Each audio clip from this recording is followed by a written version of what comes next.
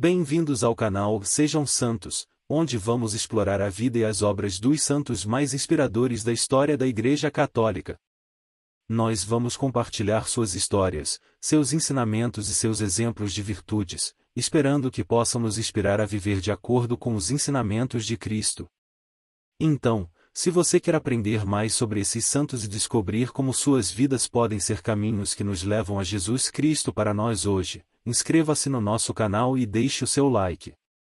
Inscreva-se hoje mesmo, divulgue nosso canal a seus amigos e comunidades e nos ajude o nosso canal para que possamos alcançar mais pessoas na divulgação a conhecer mais a vida dos santos, onde a santidade é uma jornada diária.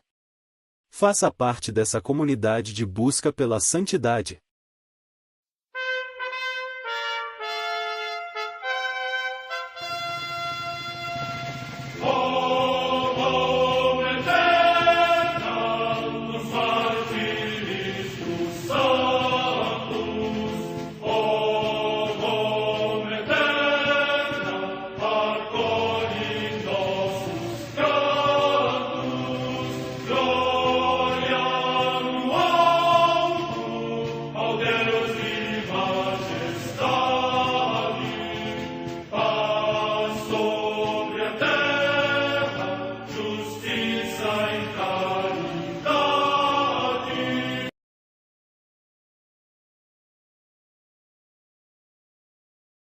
Ler a vida dos santos desperta em nós o desejo de seguir a Cristo. Através de suas vidas podemos aprender as virtudes, a sabedoria e o amor de Deus. Cada santo nos oferece um modelo de vida a ser imitado, como diz São Paulo na carta aos Hebreus, capítulo 12, versículo 1. Estamos rodeados por uma nuvem de testemunhas. A Igreja foi fundada por nosso Senhor Jesus Cristo não apenas como uma instituição, mas uma autêntica família. Os santos mártires, confessores, doutores, as virgens, os santos pastores e todos os demais santos são realmente nossos irmãos que nos precederam no caminho da fé e já estão no céu, para onde também iremos nós, pela graça de Deus. Portanto, sede santos, assim como o vosso Pai Celeste é santo. Mateus capítulo 5, versículo 48. Hoje, dia 13 de outubro, celebra a Igreja a vida desse grande santo, São Geraldo de Aurillac. A Santa Madre Igreja celebra também nesse dia os santos. Comemoração de São Teófilo, bispo de Antioquia, na atual Turquia, homem de exímia cultura, que ocupou esta sede episcopal como sexto sucessor de São Pedro e escreveu um livro para defender a verdadeira fé contra o herege Marcião. Data da morte no século II. Em Córdoba, na Espanha bética, os santos Fausto, Januário e Marcial, mártires, que adornam a cidade como três coroas. Data da morte no século III. Em Tessalônica, na Macedônia, atualmente na Grécia, São Florencio, mártir, que, segundo a tradição, depois de vários tormentos foi morto na fogueira. Data da morte no século III. Em Kober, junto ao rio Mosela, no território de Tréveres, atualmente na Alemanha, São Lubêncio, presbítero. Data da morte no século IV. Em Sanremo, no litoral da Ligúria, região da Itália, o sepultamento de São Rômulo, bispo de Genova, que, cheio de ardor apostólico, morreu durante uma visita pastoral às povoações rurais. Data da morte no século V. Em Tours, na Gália Leonense, agora na França, São Venâncio, abade, que, tendo casado na sua juventude, ao visitar a Basílica de São Martinho se comoveu ante a vida dos monges, e com o assentimento da esposa, optou por viver com eles em Cristo. Data da morte no século V. Em Salagnac, no território de Limoges, na Aquitânia, também na atual França, São Leobono, eremita. Data da morte incerta. Em Oná, ilha da Escócia, o sepultamento de São Congano, abade, que chegou a esta região procedente da Irlanda, juntamente com sua irmã Santa Quentigerna, os filhos dela e alguns missionários. Data da morte no século VIII. Em Augsburgo, cidade da Baviera, na atual Alemanha, São Simberto, que foi bispo e abade de Murbach. Data da morte no ano 807. Em Saint-Cirgues, na região de Auvergne, na Gália, hoje na França, São Geraldo, conde de Aurillac, que, procurando o melhor êxito para os seus territórios, viveu secretamente a vida monástica com hábito secular, dando aos príncipes um exemplo memorável. Data da morte no ano 909. Perto de Subiaco, no Lácio, região da Itália, Santa Celedônia, virgem, que, segundo a tradição, durante 52 anos levou vida solitária e muito austera, dedicada unicamente a Deus. Data da morte no ano 1152. Em Trino, no território de Monferrato, também na Itália, a beata Madalena Panatieri, virgem, irmã da penitência de São Domingos. Data da morte no ano 1503. Em Coutances, na França, o beato Pedro Adriano Toulorge, presbítero premonstratense mártir, que, durante a Revolução Francesa, foi decapitado na guilhotina em ódio ao sacerdócio. Data da morte no ano 1793. Em Oló, perto de Gerona, na Espanha, o beato Ângelo Maria Presta Batlle, religioso da Ordem dos Carmelitas e mártir, que, durante a perseguição contra a fé, alcançou a glória celeste. Data da morte no ano 1936. Em Tarrasa, perto de Barcelona, também na Espanha, o beato Luís Maria Aieca Nós, Antônio Aieca Nós, religioso da Ordem dos Carmelitas e mártir, que, na mesma perseguição, assassinados em ódio à vida religiosa, foi ao encontro do Senhor. Data da morte no ano 1936. Em Barcelona, também na Espanha, o beato Florencio Miguel Ruperto Garcia Arce, religioso da Congregação dos Irmãos das Escolas Cristãs e mártir, que, na mesma perseguição, acolhendo fielmente as palavras de Cristo, passou da morte à vida gloriosa. Data da morte no ano 1936. Em Balazar, próximo de Braga, em Portugal, a beata Alexandrina Maria da Costa, que, tendo ficado paralisada em todo o corpo ao fugir de quem a perseguia com má intenção, encontrou na contemplação da Eucaristia o modo de oferecer ao Senhor todos os seus sofrimentos por amor de Deus e dos irmãos mais necessitados. Data da morte no ano 1955. São Geraldo de Aurillac. Geraldo nasceu em Aurillac, por volta do ano de 855. Como filho mais velho deveria suceder ao pai, como conde, assim teve uma educação comum à nobreza e aprendeu a ler o bastante para recitar o saltério, conduzir matilhas de cães à caça, atirar ao arco e lançar o falcão. Aprouve a Deus, que durante muito tempo Geraldo fosse bastante doentio, não sendo possível dedicar-se aos exercícios da época, mas não tanto que o impedisse de estudar. Por isso seus pais resolveram que se consagrasse mais particularmente às letras para assim fazê-lo ingressar no clero. Ao atingir a adolescência, sua saúde melhorou, tornou-se tão ágil que saltava facilmente por cima de um cavalo. Destacava-se nos exercícios militares, mas continuava a amar o estudo. As escrituras sagradas eram-lhe tão familiares como a poucos clérigos. Tendo o pai falecido, foi obrigado, muito jovem ainda, a governar o domínio na qualidade de conde. Nem por isso se tornou mais orgulhoso, como frequentemente acontece. O dever levava-o a ocupar-se de negócios, mas sentia-se cada vez mais atraído pela meditação das coisas divinas. Meigo e pacífico, preferia sofrer o mal que lhe faziam a revidar. Porém, demonstraram-lhe que tanta indulgência prejudicava o povo, exposto às incursões e à pilhagem.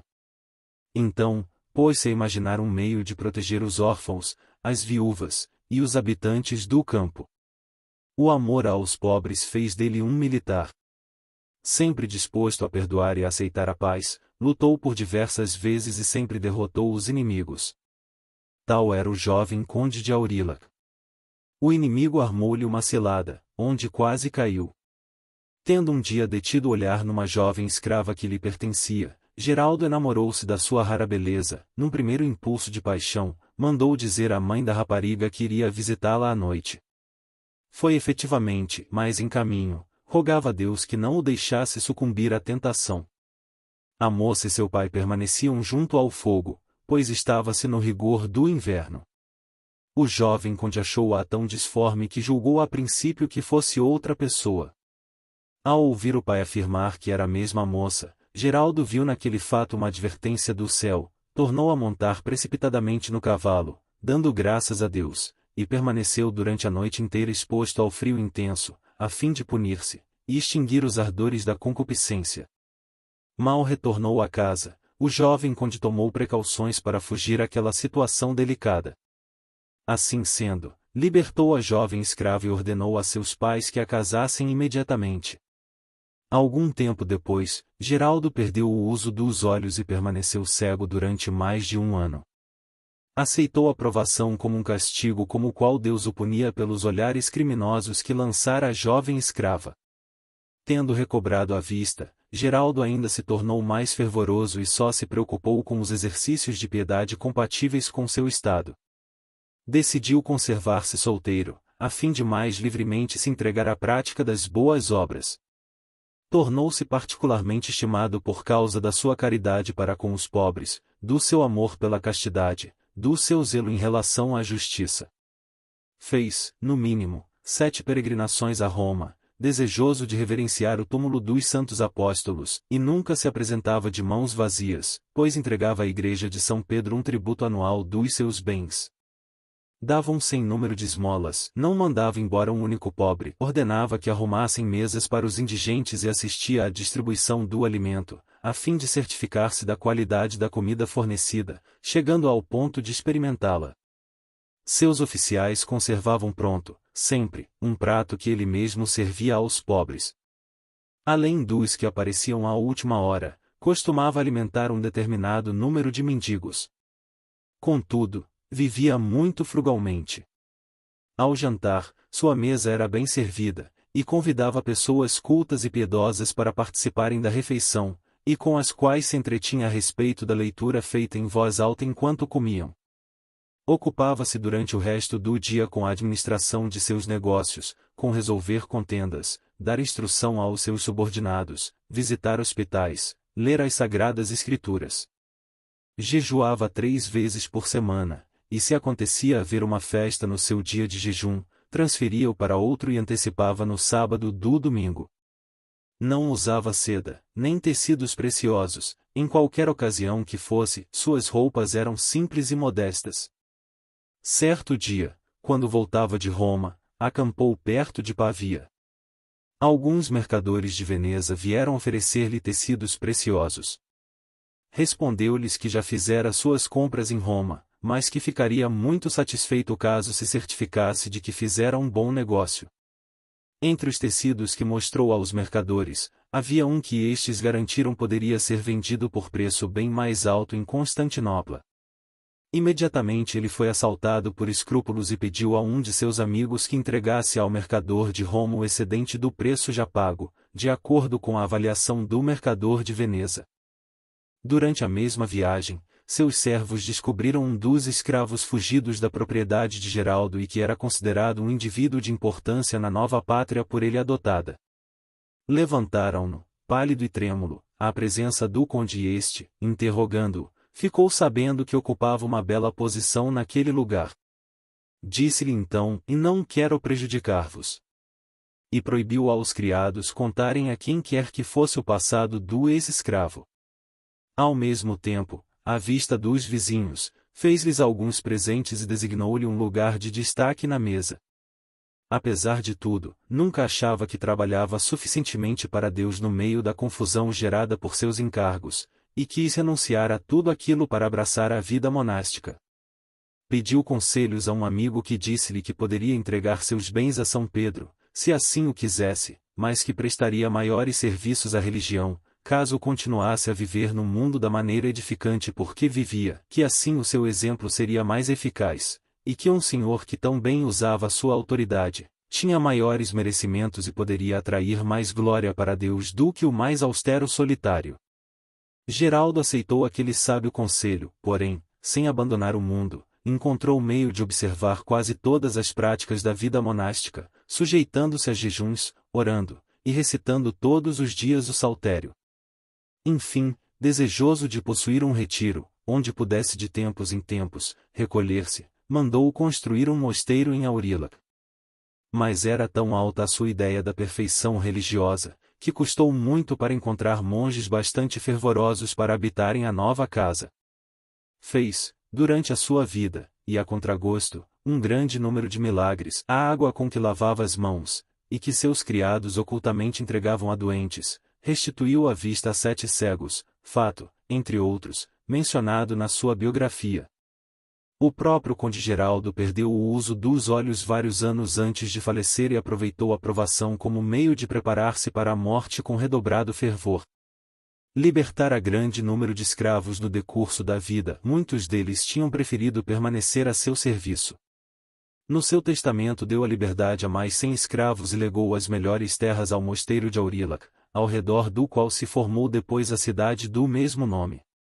Enquanto permaneceu enfermo, Geraldo mandava que o levassem diariamente à igreja, onde primeiro ouvia a missa do dia, em seguida, mandava dizer em sua intenção uma missa pelos mortos.